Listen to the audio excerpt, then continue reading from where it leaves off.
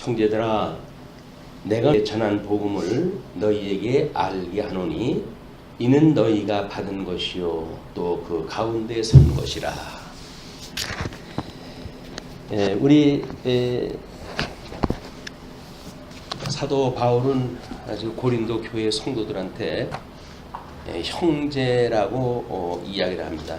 형제들아. 뭐 요즘은 세상이 뒤숭숭해가지고 집안 형제들끼리도 재산 문제만 있으면 죽이고 살리고 하는 세상이니까 무슨 비교할 만한 그런 거 이해가 되겠습니까만은 그래도 지체라고 하는 것이 무엇인지에 대한 감각을 키워가는 일은 우리 성도 특별히 우리가 사도신경을 외울 때마다 성령을 믿사오며 공교회와 성도의 교제와 이렇게 이야기를 하거든요. 이거 성도의 교제라는 이야기는 상대방을 통해 가지고 끊임없이 자기를 반면 그 거울로 삼아 가지고 우리가 교육을 갖다 해가는, 그래서 내가 살아 있음에 대하여 예수 그리스도에서 같이 함께 살아 있음에 대하여 끊임없이 확인하는 일이거든요. 매우 중요한 일이라고 보여집니다. 형제들아, 내가 너희에게 전한 복음을 너희에게 알게 하노니. 이미 복음은 전했어요. 전했는데 하도 딴짓대로 하니까 너희에게 알게 하겠다 이렇게 이야기를 합니다. 그런데 이거는 너희가 이미 받은 거야. 너희 이미 받은 거야. 또 그 가운데 너희들이 서 있어 지금. 그런 이야기를 해요. 우리 사도들이 예수님 이제 그 부활하시고 그리고 승천하시면서 성령을 보내주시고 그리고 성령의 권능을 받고 이제 그 전도인의 사역을 감당할 때 끊임없이 대적들이 핍박을 하지요. 너희들 그런 거 전하면 못 써. 전하면 못 써. 다른 거는 다 전해도 좋은데 죽었다고 살아났다는 얘기는 하면 안 돼. 그래서 이제 그 간수들을 갖다가 지켰던 사람들을 매수를 갖다 해가지고 우리는 모르겠다. 아마 제자들이 훔쳐가는가 보다. 이렇게 이야기할 정도로 그 사실을 왜곡시키고 싶었던 것이 그때 유대인들의 마음이었어요. 그러면 만약에 죽었다가 살아난다고 한다면 그거야말로 그리스도인데 자기네들이 그 그리스도를 십자가에 못 박아 죽였다고 하는 일은 차마 인정할 수가 없는 거죠.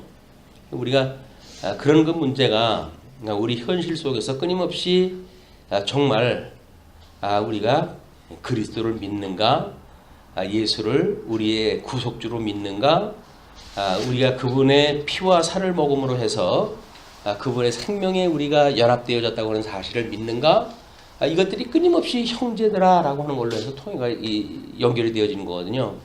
그래서 이제 그 가운데 너희들이 선 것이다. 그래서 예수 그리스도 안에 성도로서 함께 서 있는 것이다. 그것이 무너진다고 한다면 다 이제 그건 서 있다고 하는 것이 거짓말이 되거든요.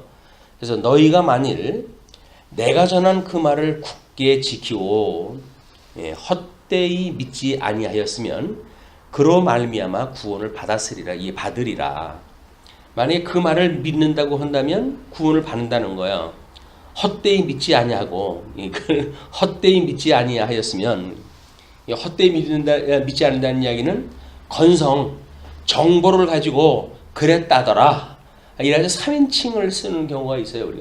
우리의 모든 신앙들은 대부분 3인칭이에요. 왜냐면 절대 객관적인 진리인 성경을 근거로 해가지고 이야기를 하다가 보니까 그 내용이 나하고 상관없이 그랬더라. 성경이 그랬더라. 이렇게 이야기를 해요. 근데 성경이 그랬다라고 하는 계시에 대한 그 정신이 우리가 같은 그 믿음을 가지고 있더라고 하더라도 왜 우리가 구원에 참여치 못했는가? 그 이야기는 믿음을 화합지 못했기 때문에 그러는 거 아니에요? 그냥 신앙이라고 하면 철저하게 주관적인 거예요, 이게. 물론 그리스도 안에서의 이야기지만 그 주관적인 자기의 믿음이 필요하지 객관적인 진리는 정보에 끝나고 만다. 진리라고 하는 그 이야기는 이게 자칫 잘못하면 정보예요. 그러니까 이 정보의 양이 마치 세상의 어떤 지식과 전혀 다를 것이 없어요. 세상의 지식과. 그래가지고는 지식이 많은 거를 우리가 스펙이 좋다 뭐 이렇게 이야기한다 합니다. 성경에 대한 정보도 많은 경우를 그걸 우리가 성경적인 지식이 많다 이렇게 이야기를 해요. 이 성경적인 지식이라고 하는 그 이야기는 이 주지주의로 우리를 끌고 가게 되어지는 이런 그 일이가 쉽습니다. 뭐 어저께도 어떤 그 목사님하고 이야기를 하면서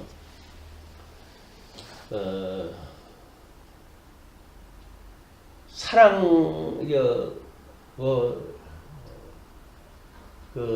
우리 같이 그래도 함께 있던 사람들을 용서해 줘야 되는 거 아닙니까? 그랬더니 난 죽어도 용서 못해 그랬더니 죽어도 용서 못해.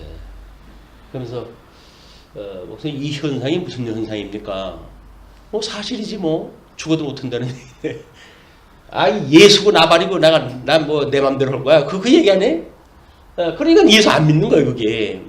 예수를 믿지 않은 사람한테 그 요구는 너무 지나친 요구겠지. 지나친 요구지.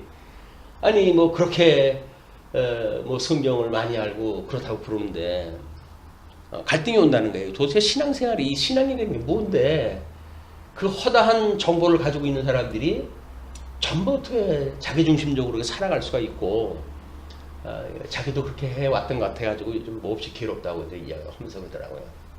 이것이 우리가 예수를 믿는다고 하는 것은 주지주의적인 믿음을 갖게 되어지게 되면 우리 영지주의가 이제 이 출발 갖다 해가지고 뭘 갖다 이야기를 하냐면 가현설을 이야기를 해요. 가현설이라는 이야기는 뭐예요? 그냥 가짜로 들어간다가 그냥 간 거예요. 그건 실질적으로 우리는 절대 객관적인 진리, 이건 절대 객관적인 거거든요. 예. 근데 우리가 주관적인 거는 우리들의 믿음이라는 이야기예요. 믿음. 근데 이 주관이라고 하는 거는 뭐가 전제가 돼야 되죠? 자유의지가 이게 인정이 돼야 되는 거예요. 우리들한테 의지가 없이 무슨 주관이 어려서 주관이라는 건 날 중심으로 해가지고 본다는 이야기인데 나를 중심으로 해서 어떻게 봐요? 우리가 그러면 믿음이라고 하는 것이 전부 어떤 믿음이 있냐면 그냥 그려진 믿음을 우리가 믿는다고 이야기를 하는 거예요. 내가 그걸 믿는다 이렇게 이야기를 하는 거거든요. 그걸 믿는다 그 이야기가 아니라 안다 그런 그 이야기예요. 성경적인 알미라고 이야기하는 것은 부부가 함께 뭔가 생활을 통해 가지고 서로 아는 것을 안다라고 이야기를 하지 이웃집 아저씨를 갖다 아는 거는 아는 게 아니에요. 근데 우리 그분 아세요? 그러면 잘 알죠. 그분 뭐 못도 했고 뭐 이야기 다 해요. 잘한다고. 근데 그분이 어떤 사람이에요? 그걸 내가 합니까? 그 사람이 어떻게 사는지 내가 어떻게 합니까? 그 이야기예요. 잘하신다면요.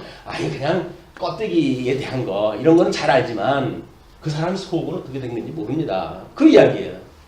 우리의 믿음이라고 하는 그 이야기는 하나님이 어떠한 분인가에 대한 거를 우리가 사실은 성경적인 지식뿐만 아니라 이건 믿음이라고 하는 거는 내가 참여되어진 거 아니에요. 여기서 지금 사도 바울이 이야기했던 것처럼 그 가운데 선 것이다 이야기를 했으니까 여기에 서 있는 것이 믿음인데 여기서 왜 근데 이 문제가 지금 발단이 일어나는 겁니까? 한마디로 서 있지 않은데 자기가 서 있다고 착각을 하는 거예요.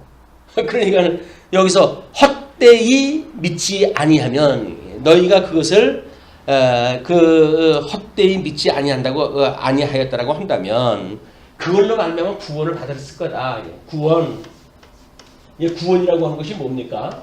구원은 우리가 뭐가 전제가 돼야 되죠? 우리 그래서 오늘 도표를 아주 열심히 준비를 했다 해가지고 물론 뭐 요한계시록 그 자료를 뽑으면서 이제 준비라도 한 건데,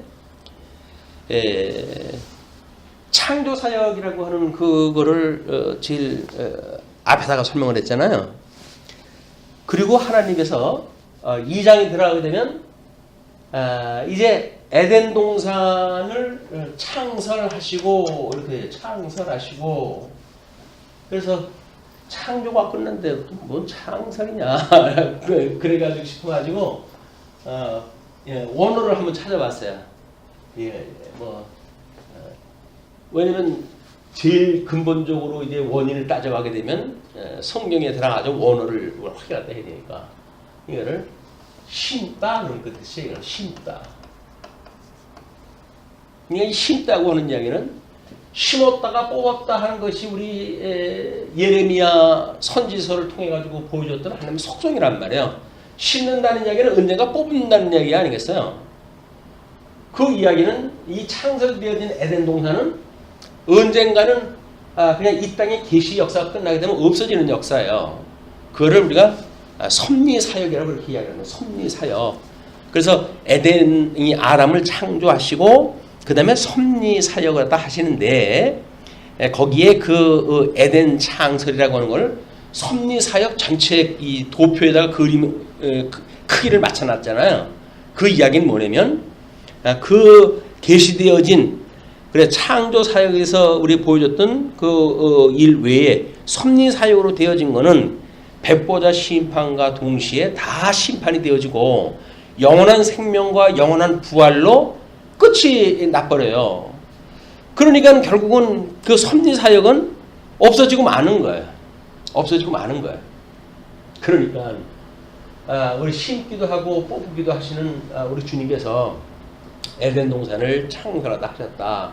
그런 근본적인 어원을 중심으로 해가지고 우리 하나님께서 창조를 아담은 이제 창조를 갖다 하실 때 이미 양변양을 주셨단 말이에요. 이 양변양을 주셨는데 창설을 하시고 하나님께서 약속을 한 것이 성과 알교를 알게 하는 과일 열매에 따먹으면 안 돼. 그거 따먹으면 너 죽어. 라고 행위언약을 이야기를 하셨고, 그에게 다시 우리 원시복음이라고 해가지고 창세기 3장 15절을 이야기를 하는데, 여자의 후손과 남자의 후손과의 관계를 가지고 설명을 또 한 뒤에 가죽옷을 해입혀가지고 에덴 동산으로부터 추방을 시켜버리죠. 그걸 우리가 세상이라고 하는 세상. 그 추방되어진 것이 세상이에요. 그 세상은 이미 저주를 아담과 동시에 받았기 때문에 모든 피조물이 어느 때를 기다린다고 그랬어요? 언약의 자손들이 나타남을 기다린다 그랬잖아요.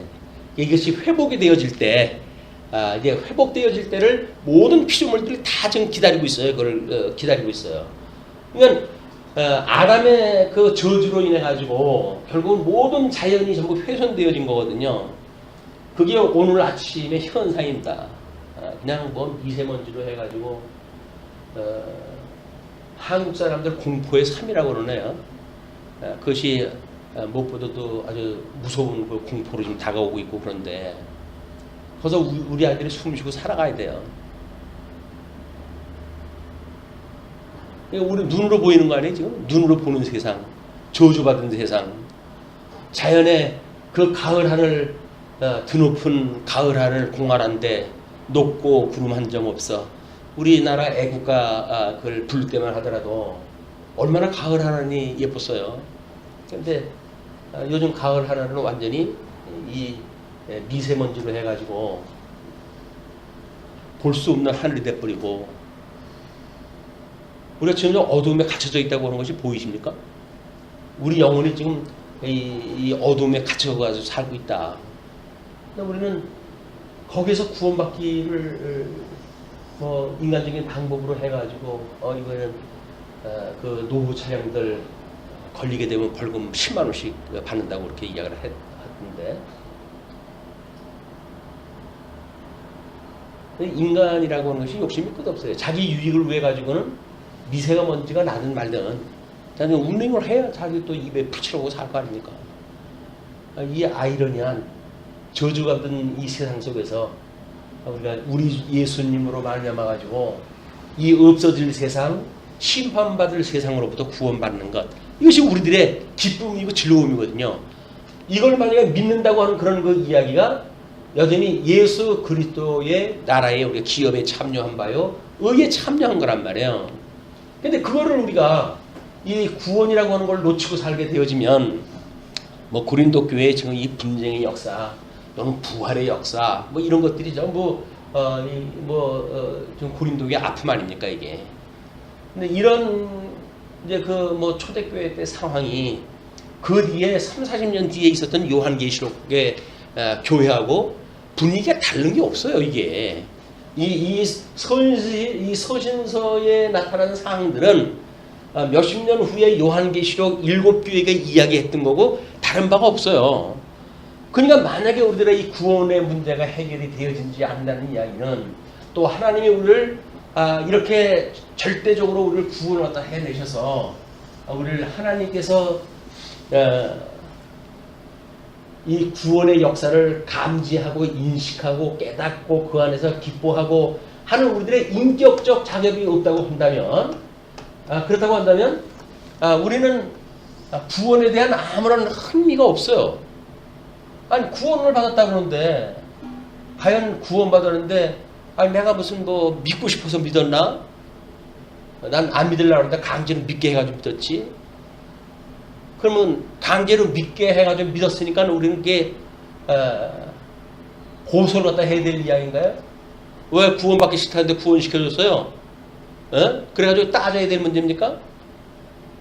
은혜로 구원을 받았으면 감사해야 될 건가요? 이게 우리 자유의지 문제가 언급이 되질 않으면 이거에서 우리는 전부 이게 필요가 없어지는 거예요. 왜 그렇게 정보를 많이 알고 있는 사람들인데 신앙의 삶이 그렇게 엉망진창이고 그냥 정말 믿지 않은 사람들보다 더욱에 사는데 왜 그렇습니까? 예수님 믿지 않으니까 그렇지. 아유 왜 예수님을 믿지 않아요? 그거 그래가지고 뭐 통전적으로 성경 창세기부터 요한계시록까지 다 박사들 아닙니까? 그래가지고는 뭐 신존재를 증명을 했다는 어떤 쉬운 소리들을 하는데, 신존재 증명을 갖다 해가지고 살아계신 하나님을 아는 사람들이 그래? 살아계신 하나님을 아는 사람들이 그렇습니까? 살아계신 하나님을 믿는 사람들이 그러고 삽니까? 아닌 거예요. 삼위일체 하나님의 그 인격적 만남이 있다고 한다면 우리는 그렇게 살면 안 되는 거예요 이게. 근데 그러지 않은데도 불구하고 뭘 그러냐면, 내가 믿고 싶어서 믿은 거 아니야. 그냥 하나님 강제로 나를, 자유의지도 없는 나를 그냥 믿게 해가지고 믿는 건데 뭐 의지 없는 내가 뭘 어떤 인격적 열매를 갖다 원해? 그 이야기 아닙니까? 인격적 열매가 필요가 없어요. 의지가 없는데 무슨 뭐 감격도 없고 은혜도 없고 그게 무슨 예수 믿는 거예요. 이건 뭐 우리 그 1년에 이제 뭐 부역 공부로 발단이 되기 시작한 건데, 저한테 많은 그 깨달음을 주는 그런 그 사건이었어요.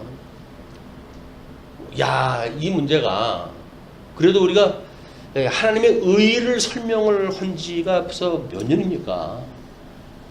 그리고 하나님의 그 심판에 대하여, 의에 대하여 뭐 이런 거를 이야기한 지가 꽤나 오래되어졌는데도 불구하고 전 지식, 우리 이 선정보의 선정보,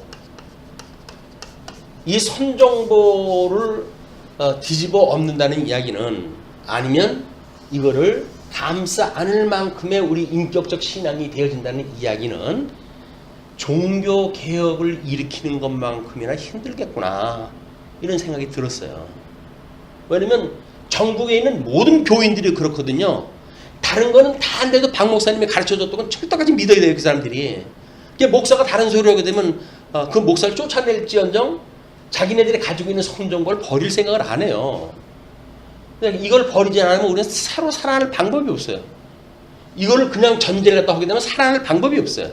왜? 우리가 그래가지고 지금 그 수많은 세월을 고통을 느끼고 우리 살아왔는데, 그래서 그게 아니다고 싶어가지고 하나님의 의를 우리가 이야기하고 양대 언약을 이야기를 하고 이렇게 해가지고 이 신학의 체계를 뒤집어 엎는데도 불구하고 이 선정보에 얽혀져 있는 것 때문에 거기서 나올 생각이 없다는 이야기는 구원받을 생각이 없다는 이야기예요. 이게 무서운 일입니다. 이거 구원이라고 하는 그 이야기가. 지금 이 고린도 교회에 있었던 사람들이 전부 선정보에 의해 가지고 지금 이 문제가 파생되어지는 것들이거든요. 예수 그리스도로 인해서 구원을 받았고 그분이 얼마나 무익한 인간들 죽었던 인생을 살려주셨는지 그 은혜가 있었다고 한다면 이런 일이 없어요. 물론 뭐 거기에서 우리가 육체의 소욕이 있으니까 이러고 저러고 하는 일이 있을 수는 있지요. 그러나 그거는 간헐적이거나 부분적이거나 그렇지 근본적으로 나는 그 영적으로 구원을 받았기 때문에 육체적인 문제는 나랑 상관이 없어. 이렇게 살아간다고 한다면 안 되는 거예요, 이게. 그걸 우리가 구원파의 논리라고 그렇게 이야기를 하지 않았어요. 이제 어떻게 그 전했던 사람이 그렇게 이야기를 하더라고요. 뭐 이제 이런 논리를 주장하는 그 연구자들이 많답니다. 이제 많은데 한번 만나러 갔더니 완전히 막걸리 판을 갖다가 거하게 차려놓고 막걸리들 먹으면서 하나님이 어쩌고 저쩌고 이제 이야기를 하더래요. 그래서 이걸 보면서 그래도 이제 우리가 그렇게 살던 건 많이 세월이 지났으니까 아직도 저러고 살면서 예수님을 믿는다는 이야기가 많은 얘기인가? 라고 하는 갈등이 그 가진 채로 제대로 교제도 나누지 못하고 내려왔노라고 그렇게 하더라고요. 그렇습니다. 우리가 하나님을 안다고 하면 하나님이 좋아하는 거를 끊임없이 추구하고 싶은 거지. 아니 허다부터 연애 걸 적에도 상대방이 뭘 좋아하는 거 하면 그걸 좋아하는 거를 자기도 좋아하는 걸로 자꾸 그렇게 만들고 싶잖아요. 그래서 뭔가 호감을 느끼고 이 교감을 느끼고 그러고 싶잖아요. 아니 남녀가 사랑을 갖다 하는데도 그러고 싶은 건데 아니, 사랑한다 그러면서 싫으면 관둬 라고 하는데 뭐 사랑한다고 한 사람이에요. 그건 없어도 너나 다른 사람이나 다 똑같은 거야. 너 아니면 다른 사람하고 연애 걸면 되지 그 얘기거든요. 그거는 연애 거는 게 아니에요. 그냥 남녀 간에 수작 부리는 일이지.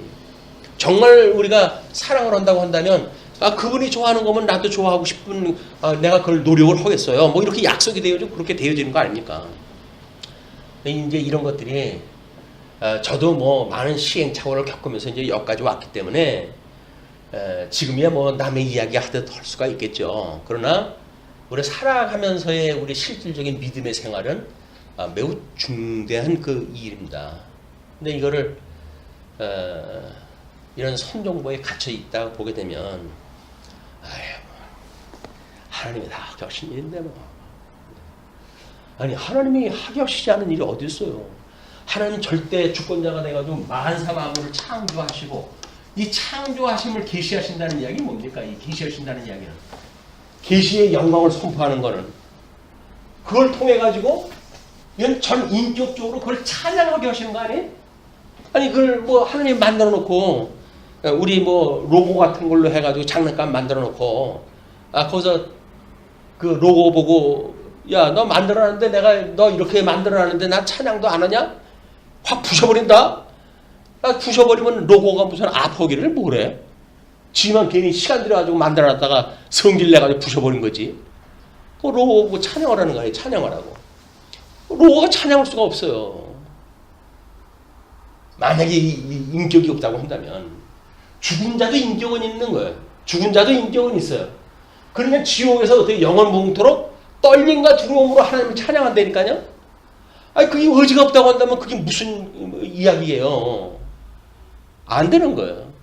근데 요즘 이거 논리가 뭐냐면 모 신문사에서 뭐 이야기하는 거가 하나님의 절대 이 주권과 인간의 의지라고 하는 그런 문제는 상충되어지는 일인데 인본주의자들이 이걸 강화시켜가지고 그리고 교리를 만들었다 그런 그 이야기거든요.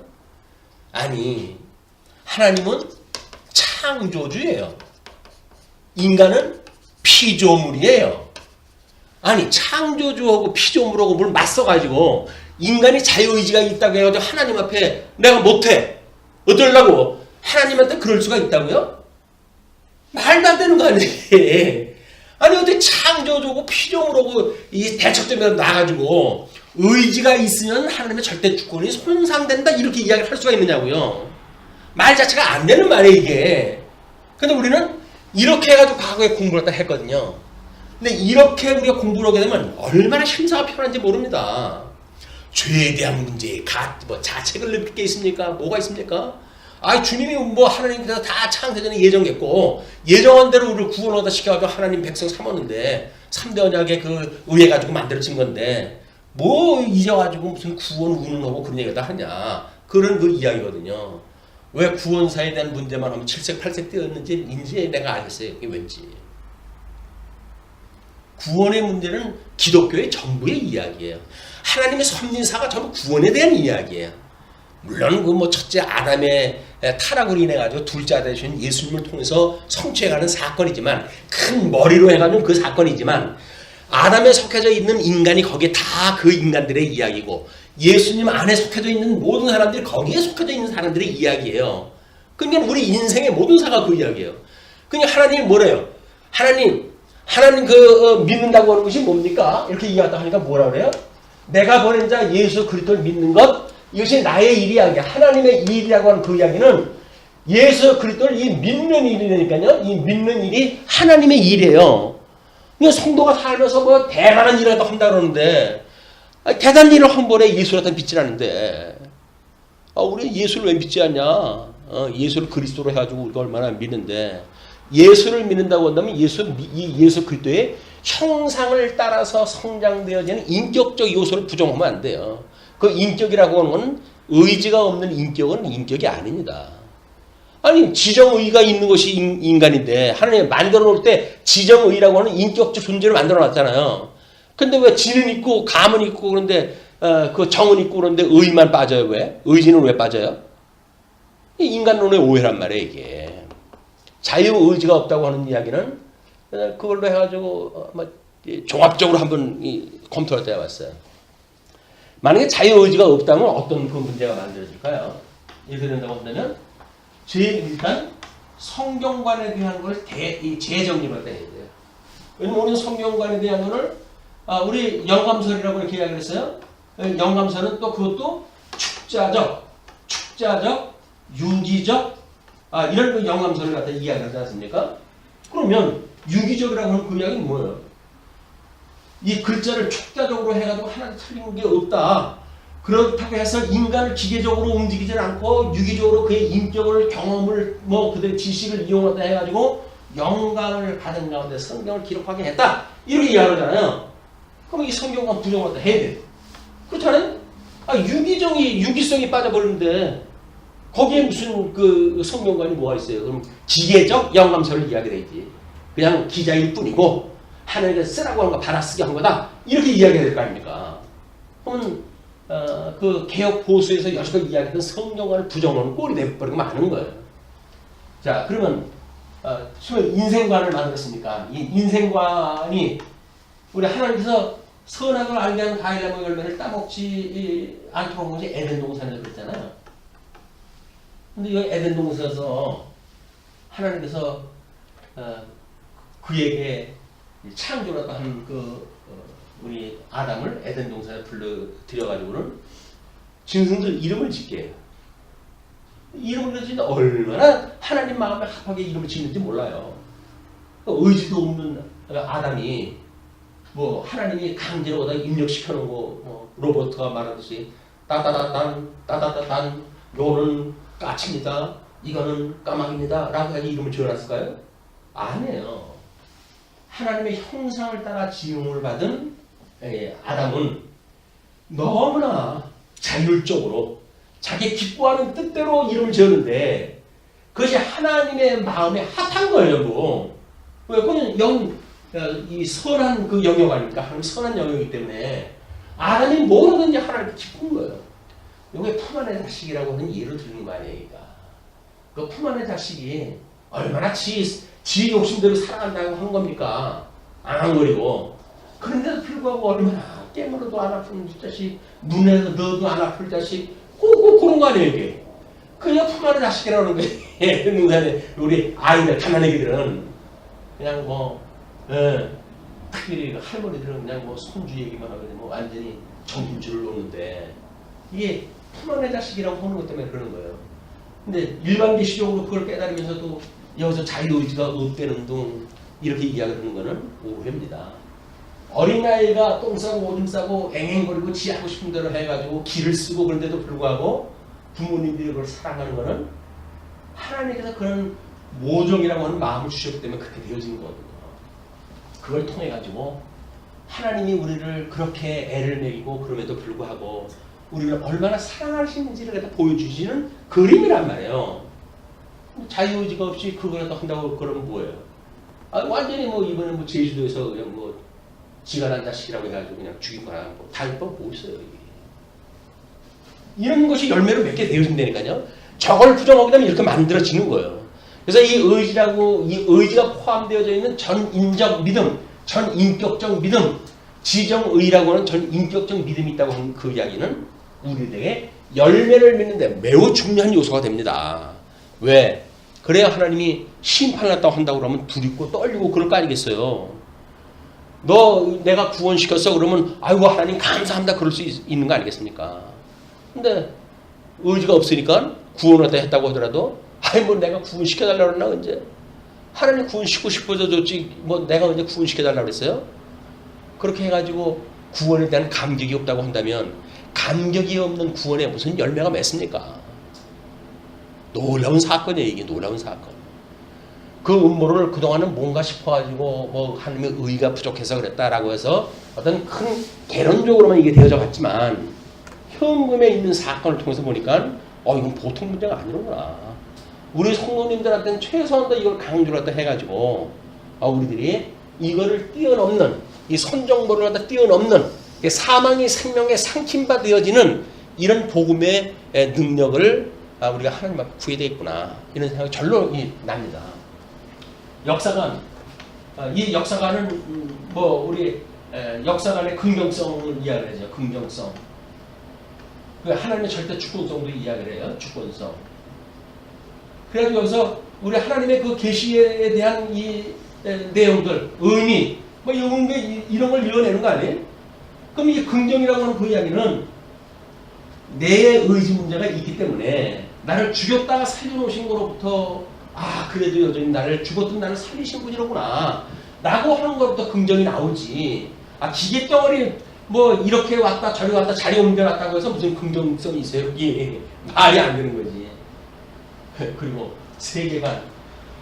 이 세계관은 뭐 우리 하나님에 대한 우리들이 만들어 놓으신 그 하나님이 우리들한테 어떻게 계시를 했다 하시고 인간을 궁극적으로 대의 영광을 돌리게 하시는지 이런 건 문제들인데 우리들이 전제했던 모든 것들이 다 무너지는 사건이 이게 자유의지가 없다고 한다면 이걸 다 설명할 수가 없는 것들이었어요. 근데 우리는 단발적으로 이거는 이거대로 자유의지가 없는 건 자유의지가 없는 거대로 공부를 갖다 했기 때문에 연관성을 우리가 모르고 있었던 거예요. 그게 별 문제가 없었어요. 왜? 부분적으로 사는 거지 뭐. 그러니까 처음부터 끝까지 다 뭐 논리적으로 우리가 공부해 갑니까? 사건이면 그 사건에 빠져가 생각하다 보면 이렇게 연관되어진 것이 우리가 안 되는 거예요. 뭐 이번에 이북호그 그런 문제에 대한 걸, 뭐 인준 받는 문제, 뭐 이런 거에 대한 거를 어떤 기자가 과거에 이제 지금 야당으로 있는 데서 어떻게 그 일을 다 했는지 그때도 이건 여전히 이제 일이 추진됐으니까 그 일을 갖다 놓고 보니까는 그때 다 있었던 일이에요, 다. 근데 그걸 인정을 할 수밖에 없고 그때는 하자고 했던 사람들이니까 이제 와가지고 왜 안 된다고 하는 이야기는 결국은 당락의 문제지 근본적인 정신이 잘못되어졌던 게 아니었는 거예요, 이게. 여야 할 것 없이 다 그것이 어떤 공감이 있는 거예요. 아니 남북이 갈라져서 사는데 통일이 싫어한다고 한다면 그게 인간입니까? 분쟁이 나는데 그 분쟁을 우리가 화목하게 한다고 하는 것이 싫다고 한다면 그 말이 안 되는 거 아니에요. 그런데 마찬가지로 이런 우리가 어떤 그 현 빠져가지고 살아갈 때 자유의지가 없다고 한다면 우리의 모든 책임이 없어져요. 그렇잖아요? 아니 내가 뭐 씻고 싶어서 졌나? 하나 씻게 한 거지? 이렇게 버리게 되면 우리 열매 없는 일에 대하여 옆에 사람은 콩콩 튀고 그냥 속이 상해가지고 뒤집어 엎져도 아무런 문제가 없잖아요. 이게 과거에 뭐 지금 고백적으로 이야기를 하지만 집사람하고 나하고의 관계였어요. 뭐 연구를 갖다가 눈에 핏줄이 터지도록 공부를 하다 하고 그러지 않았어요? 그러니까 하나님 앞에 이렇게 열심히 공부를 하는데 저 양반은 뭐 불만이야 나한테. 요즘 와가지고 고백적으로 이야기를 해요.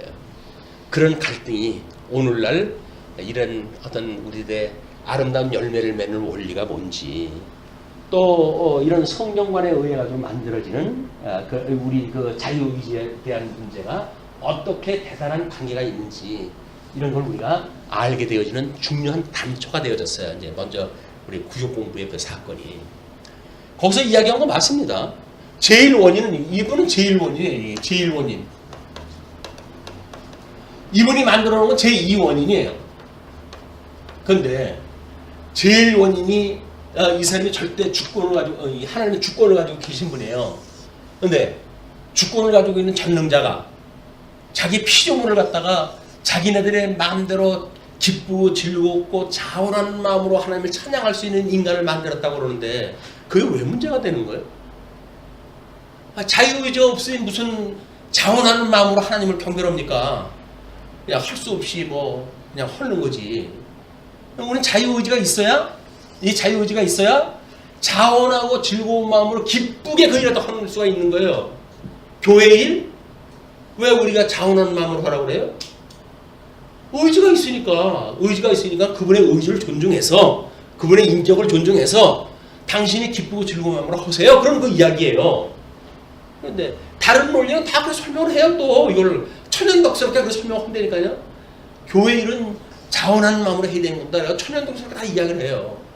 그런데 자유의지 없는 사람이 무슨 자원하는 마음이 있어요. 자원이. 자자가 무슨 자자야 이게? 스스로 하죠. 스스로 자자. 아니 스스로 원하는 마음으로 하라는 이야기인데 무슨 스스로 내가 의지가 없는데 무슨 스스로 의지를 가지고 합니까? 이 중차되는 문제예요. 고린도 교회의 설명에 대한 문제가 전부 이거로부터 시작이 되어지는 겁니다. 왜 이분들이 복음을 들었음에도 불구하고 신앙생활에 어려움이 있었고 사도 바울에 그렇게 애를 먹인 일이 됐었는가? 오늘 우리들의 현장이란 말이에요. 우리들의 현장. 똑같은 거 다른 거 하나도 없어요.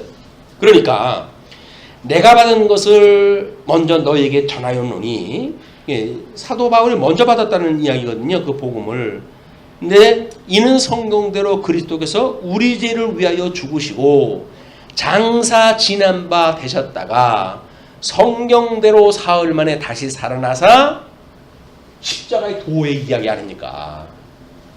아니 예수님이 하나님의 형상을 동등됨을 취하지 않냐시고 이 땅으로 오셔가지고 뭘 취했다고요? 인간의 모습을 취했잖아요. 그 인간의 모습이면 예수님은 하기 싫은 거 마지 못한 겁니까? 인간의 형상대로 가지고 예수님 오셨으면 그분의 의지가 없이 왔을 거 아니에요. 그냥 성자 하나님이니까 아이고 나보고 하나님이 성부 하나님으로부터 영원한 출생이 돼가지고 우리 성부 하나님이 내려가서 너 구원 좀 해라 라고 이야기했다 했으니까 뭐 그래가지고 기계적으로 그분이 온 건가요? 아무런 사랑하는 마음도 없이 그냥 십자가에 못 박아 죽으셨다가 그냥 살아가신 건가요? 우리의 형상대로 그분이 만들어졌다고 한다면 자유의지가 있는 그런 아주 참 인간을 이 땅에 오신 거 아니에요? 그럼 그분이 의지가 없을 수가 없죠. 근데 이게 어쩌거나 이게 자유의지가 없다고 하는 걸로 이야기가 되는지 모르겠어요. 그것도 출발점이 어딘지 잘 모르겠어요. 근데 요즘 뭐 신문에 끊임없이 뭐 우리 신도 개요와 대의리 문답을 뭐 비판하고 뭐 하는 걸 보니까 자꾸 인간 의지를 가지고 이야기를 하더라고요. 왜 이걸 가지고 문제를 삼을까 했었는데 우리 공과 공부를 하다가 보니까 현장에서 이게 터지잖아요. 현장에서 터져요 이게. 그 원인이 어디 있었는데 그 뭐 신문에서 게재하고 뭐 그런 걸로 아주 집중적으로 그걸 갖다 만들어 가긴 있었는데 그것이 아주 오래 전에 들었던 이 선정부에 의해 가지고 현장에서 오늘날 터진 거예요 그게. 당황하셨죠? 네, 그런 그 현상이 일어날 때 당황하셨죠? 우리는 알게 모르게 그래도 복음을 따라오게 되면 그래도 새로운 신정보에 의해 가지고 이 신정보에 의해 가지고 살아있는 말씀으로 우리가 이게 되어서 예수 그리스도 십자가의 도 이걸 끊임없이 우리가 이제 먹고 마시고 하다가 보니까 사실은 이거를 감싸 안을 만큼 우리 이 신앙의 변화가 있었던 거예요. 논리는 뭔지 모르겠어요. 다만 그냥 믿음은 그게 이제는 뭐 자연스럽게 전 인격적으로 삶을 사는 것이 옳다고 생각이 들었는데 반대에 부닥치고 또 과거에 공유했던 선정보의 근거를 제시했다 하니까는 당황되는 거예요. 저 뭐라고 답변을 또 해야 되지? 멘붕이 왔어요. 멘붕이.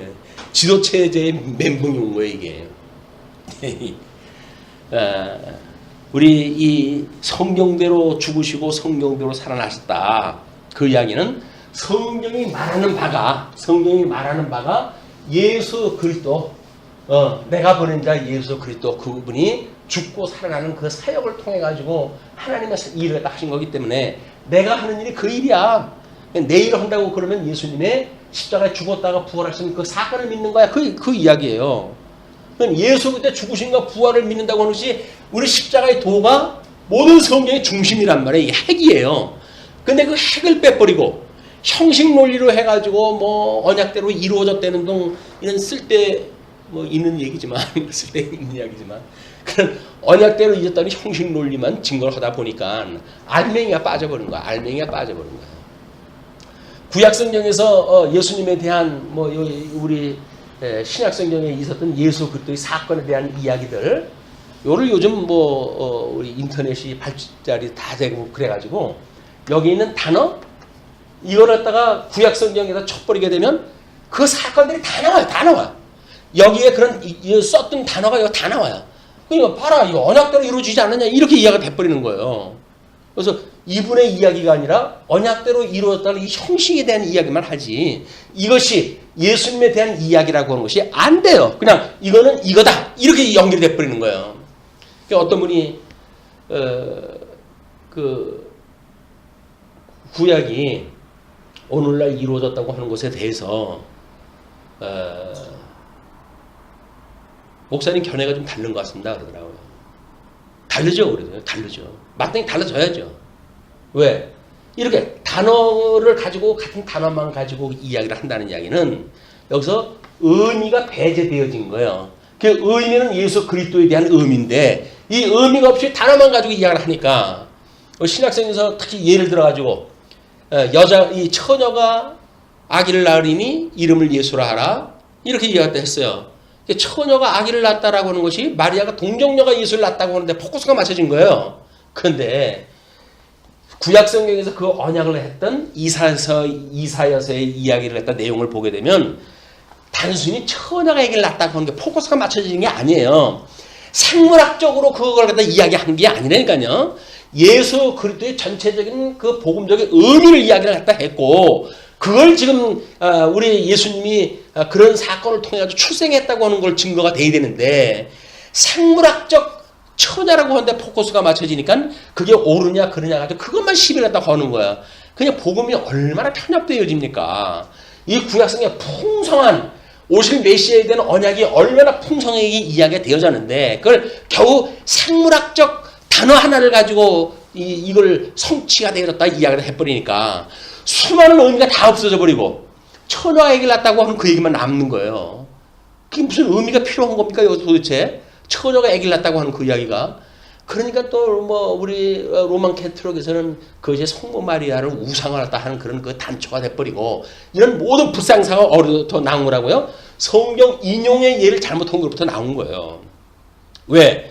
구약 성경이 우리 신약 성경을 기록할 적에는 구약 성경에 장전에 대한 표시가 없었어요. 이 장전의 표시가 없었다는 이야기는 뭐예요? 여기서 성경대로 죽으셨고 성경대로 살아나셨다? 라고 하는 걸 이야기할 때 성경대로라고 한다면 구약 성경에서 뭘 인용을 갖다 해야 될 거 아니에요?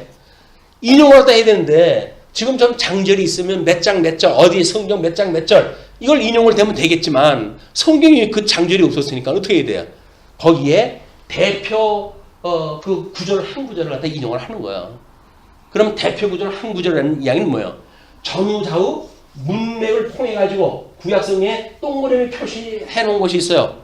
우리 이제 옛날 그 성경에는 그런 성경이 있어가지고 이렇게 동그라미 표시하는 곳이 한 문단이에요. 문단.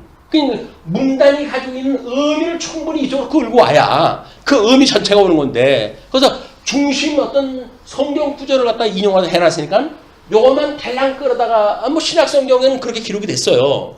근데 신약 성경에 그렇게 기록이 되어졌다는 이야기는 이런 문화 속에서 인용이 되어진 거지, 요즘처럼 한 절 끌어다 쓴다고 하는 것이 그 초점이 아니란 말이에요. 그때는 이 절을 하나 끌어다 썼다는 이야기는 이 절이 품고 있는 전체의 한 문단에 대한 것을 전체를 말하는 거예요. 예수님이 십자가에 돌아가실 때 그러잖아요. 아버지 어찌하여 나를 버리십니까? 그것이 시편 몇 장에 대한 것을 인용하는 거예요. 거기서부터 해가지고 다 이루었다 라고 할 때까지 십자가에서 이야기했던 그 내용들이 시편 몇 장의 이야기를 갖다 다 포함을 시켜서 끌어다 설명을 한 거라고요, 그게. 근데 그런 의미가 없이 한 절 끌어다가 뭐 성경대로 이루어졌다 뭐 이렇게 이야기를 해버리니까 구약 성경을 인용하면 얼마나 빈약한지 몰라요. 그 빈약하다가 보니까 의미가 전달이 안 되는 거야. 왜? 중심 어떤 핵심 요절만 끌고 왔기 때문에 그것이 뭘 이야기하는데 그게 나왔는데 저는 문맥이 없이 그냥 한 절만 끌어다 보니까 의미가 없어져 버리는 거예요. 그냥 구약 성경을 인용했을 때 신약 성경에 나온다고 한다면 그걸 우리는 한 부분단을 그대로 인용하다 해야 된다. 저는 통섭 성경 개론 전체에 그걸 가지고 인용한다고 하잖아요. 뭐 스가랴서 1장에서 이야기면 1장의 그 내용, 개요가 그걸 다 끌어다 설명한다고 하잖아요. 왜 그러냐면 그런 의미를 가지고 이걸 이해를 해야지 한 절 가지고 의미하는 건 아무런 의미가 없어요. 이런 문제 때문에 우리 이 선정보에 잘못되어져 있는 선정보, 이거는 빨리 혁파돼야 될 그런 그 혁명의 대상입니다. 이게 혁명의 대상인 거예요. 그걸 우리가 개혁교회라고 그러는데, 개혁교회라는 이야기는 변질되어져 가는 그런 것이 있다고 한다면 그걸 끊임없이 우리가 이걸 개혁을 갖다 시켜나가는 일들이에요. 우리는 우리 이 칼빈 이후에 그 칼빈 사상으로부터 장로교회가 만들어졌고 거기에 뿌리를 둔 우리 교회를 개혁교회라고 이야기를 하거든요. 그 개혁교회는 잘못되어져 있는 선정보가 있다고 한다면 끊임없이 이걸 혁명을 시켜야 되는 거예요. 근데 그거를 거기에 그냥 묻혀가지고 이거 갇혀버리는 거야, 우리. 지금 안개의 감옥에 갇혔다고 신문에 보니까 표현을 그렇게 했더라고요. 안개의 감옥에 갇혀져 있는 수도권 이렇게 설명이 되었는데 우리는 선정보에 갇혀져 있는 이런 사람들이에요. 우리는 이 진리를 공부하게 되면 어떻게 해요? 이거로부터 자유를 갖다가 얻어야 돼요. 잘못되어 있는 선정보로부터 자유를 갖다가 얻어야 돼요. 그게 구원의 역사란 말이에요. 끊임없이 구원되어져가는 성도들의 삶이다. 나는 섰고 나는 이루었고 나는 알고 하는 걸 끝나면 안 돼요. 여전히 나는 주님 저는 여전히 몰라요. 하나님께서 은혜를 주시지 않으면 여전히 과거에 묻힐 수밖에 없고 지나간 거 답습할 수밖에 없고 이렇게 답답한 존재입니다. 그러니 주님의 형상을 닮아서 끊임없이 저를 붙잡아가지고 우리 온전한 데 이를 때까지 저를 꼭 붙들어주세요 주님. 이것이 아까 권사님 기도했던 기도예요. 그게 시험에 들게 하지 마시고 악에서 구해달라고. 그게 아니면 그럼 뭐 여기 과거 자기가 알고 있는 거에 갇혀가지고 다라고 이야기를 하니까 그러니까는 이제 이렇게 되면 위아래도 없어져 버리고 마는 거예요. 왜? 질서가 안 잡히죠. 사도 바울이 복음을 가르쳐줬더니 너나 잘해 이렇게 해버리게 되면 복음 증거는 사도 바울 뻘치잖아 이게. 지금 이 짝이 나오게 되니까요. 고린도 교회고 뭐고 사도 바울이 그렇게 노심초사 복음을 증거하고 그리고 연보를 가지고 뭐 예루살렘까지 전한다를 갖다 하고 죽음의 고비를 넘기면서 그 일을 갖다 했는데 저 사기꾼 아니야? 너 삥 뜯었지 거기서? 이렇게 이야기를 하는 거예요. 사도 바울 이거 환장할 일 아닙니까? 그래도 어떻게 해요? 그걸 아니까 하나님 앞에 끊임없이 나 좀 제발 좀 살려주십시오. 내가 이렇게 복음 일건 전해놓고 그리고 하나님한테 버림받을까봐 두렵습니다. 주님. 그게 우리 견인에 이르는 우리들의 마음이어야 되는 거예요. 사도 바울이 예정론을 몰랐습니까? 사도 바울이 하나님의 섭리를 몰랐습니까? 그런데 복음을 증거할 일을 다 하고 주님 앞에 버림받을까봐 제가 두려워요 주님 하느님 그 이야기는 뭐예요? 끊임없이 주님께서 저를 붙들어 주셔야 거기까지 가는 겁니다. 그걸 믿기 때문에 그러는 거예요. 알긴 뭘 알아요. 알긴 뭘 알아요. 아직도 우리는 끊임없이 알아가야 되는 거예요. 배워가야 되는 거예요. 그래서 우리는 학습하는 그런 교회라고 하잖아요. 배우고 익히는 우리 성도들의 삶이 되어져야지. 뭐 이론 나부랭이 가지고 뭐 다 이제 뭐 통달했다. 나고 하는 게 얼마나 시건방진 얘기인지 몰라요. 목사님은 요즘 강론하실 때 어떤 마음으로 하십니까? 어떻게 글쎄 사실 나 좀 떨려. 예. 말씀을 증거한다는 게 떨려요. 하나님 말씀대로 증거하는 건지 아니면 뭐 내가 생각나는 거 그냥 하는 건지. 만약에 그렇게 되면 그 뭐 맨날 몇 밤 뭐 세워가면서 뭐 공부하고 연구하고 그런 것들이 무슨 의미가 있어요. 주님께서 됐다 그동안 수고했다 너는 이제 가라 라고 해가지고 쳐버린다고 한다면 아무런 의미가 없는 거예요. 그게 주님 나라까지 입성을 갖다 해야지 우리가 구원의 서정을 다 밟아가지고 거기까지 가는 거지. 중간에 해가지고 이제는 용도 다 했어. 근데 믿음에 우리 확신이 있다고 하는 사람이 그럴 수 있을까요? 믿음에 확신이 있으니까 그러는 거예요. 믿음에 확신이 있으니까. 우리가 그 믿음의 확신이라고 하는 그런 그 문제를 가지고